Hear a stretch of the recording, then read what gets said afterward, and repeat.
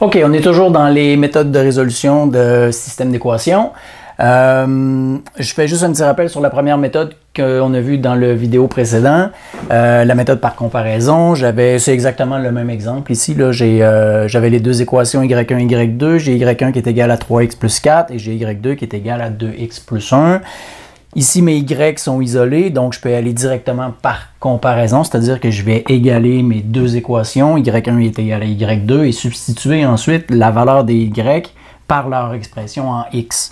Donc, je vais avoir 3x plus 4 qui est égal à 2x plus 1, et je fais ma résolution. En fait, je vais isoler mes variables pour finalement trouver la valeur de x qui me permet de trouver la solution après l'avoir remplacée dans une des deux équations. Ça va bien dans le contexte où est-ce qu'on a deux équations, où est-ce qu'on a la même forme en fait, puis que les y sont isolés. On pourrait se retrouver dans cette situation-là ici. Par exemple, ça c'est un autre exemple, c'est pas le même que celui-là. Mais je pourrais avoir l'équation y est égale à 3x plus 4 par exemple. Et dans la deuxième équation, c'est le x qui est isolé. Donc j'ai x qui est égal à 2y moins 7. Vous pourriez toujours en fait décider de réisoler le y. On va faire plus 7 de chaque côté, divisé par 2, puis après ça, y aller par comparaison. Mais c'est une étape de plus. Ce qu'on peut faire, c'est y aller directement par substitution. C'est-à-dire que je vais prendre la valeur de x qui est ici, puis je vais aller la remplacer carrément dans la première équation. Donc on fait encore intervenir les deux équations. Fait que plutôt que d'avoir à isoler, je vais aller substituer, c'est pour ça qu'on l'appelle comme ça, la méthode par substitution. Je vais aller substituer directement la valeur de x par la valeur de x dans l'autre équation. Ce que ça va donner, bien, je vais pouvoir écrire y. Okay, si je dis y est égal à 3 fois x, mais au lieu d'écrire le x qui est ici, je vais aller le remplacer par le 2y moins 7. Donc je multiplie par la valeur du x qui est 2y moins 7. Plus 4. Et là, je me mets des parenthèses ici pour dire qu'à l'intérieur de ma parenthèse, c'est la valeur de x. OK? Et les parenthèses sont importantes parce qu'ici, il va falloir faire la distributivité du 3 sur la parenthèse, sur sa valeur. Donc, ce que ça va donner, je vais avoir y qui va être égal à 3 fois 2y, ça va donner 6y. 3 fois moins 7 qui va donner moins 21, plus 4. Et là, je vais avoir y.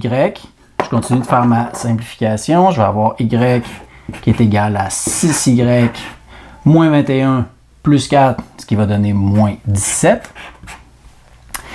Et là, vous voyez, j'ai plus de valeur de x. Je me retrouve avec juste une équation avec une inconnue. Donc, ça va me permettre de trouver la valeur de y.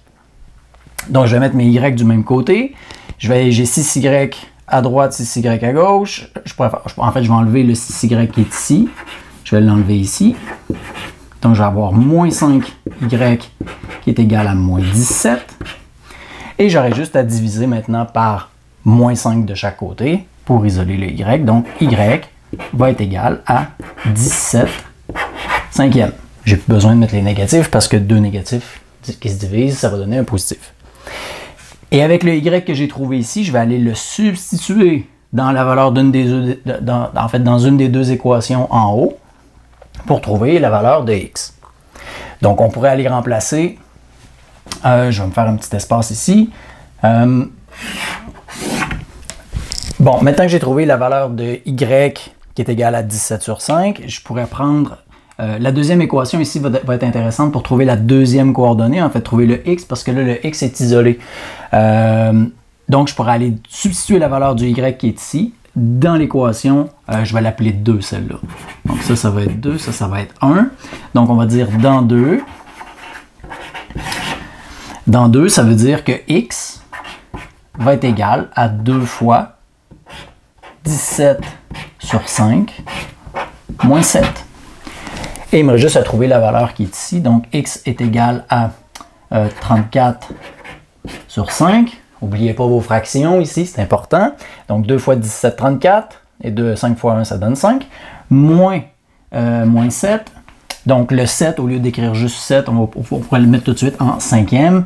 Donc, je multiplie par 5 en haut et en bas. Donc, ça va donner moins 35 sur 5. Donc, 34 cinquièmes moins 35 cinquièmes, ça va être égal à moins 1 cinquième. Ce qui veut dire que notre point, ça, on sait que c'est la valeur de x.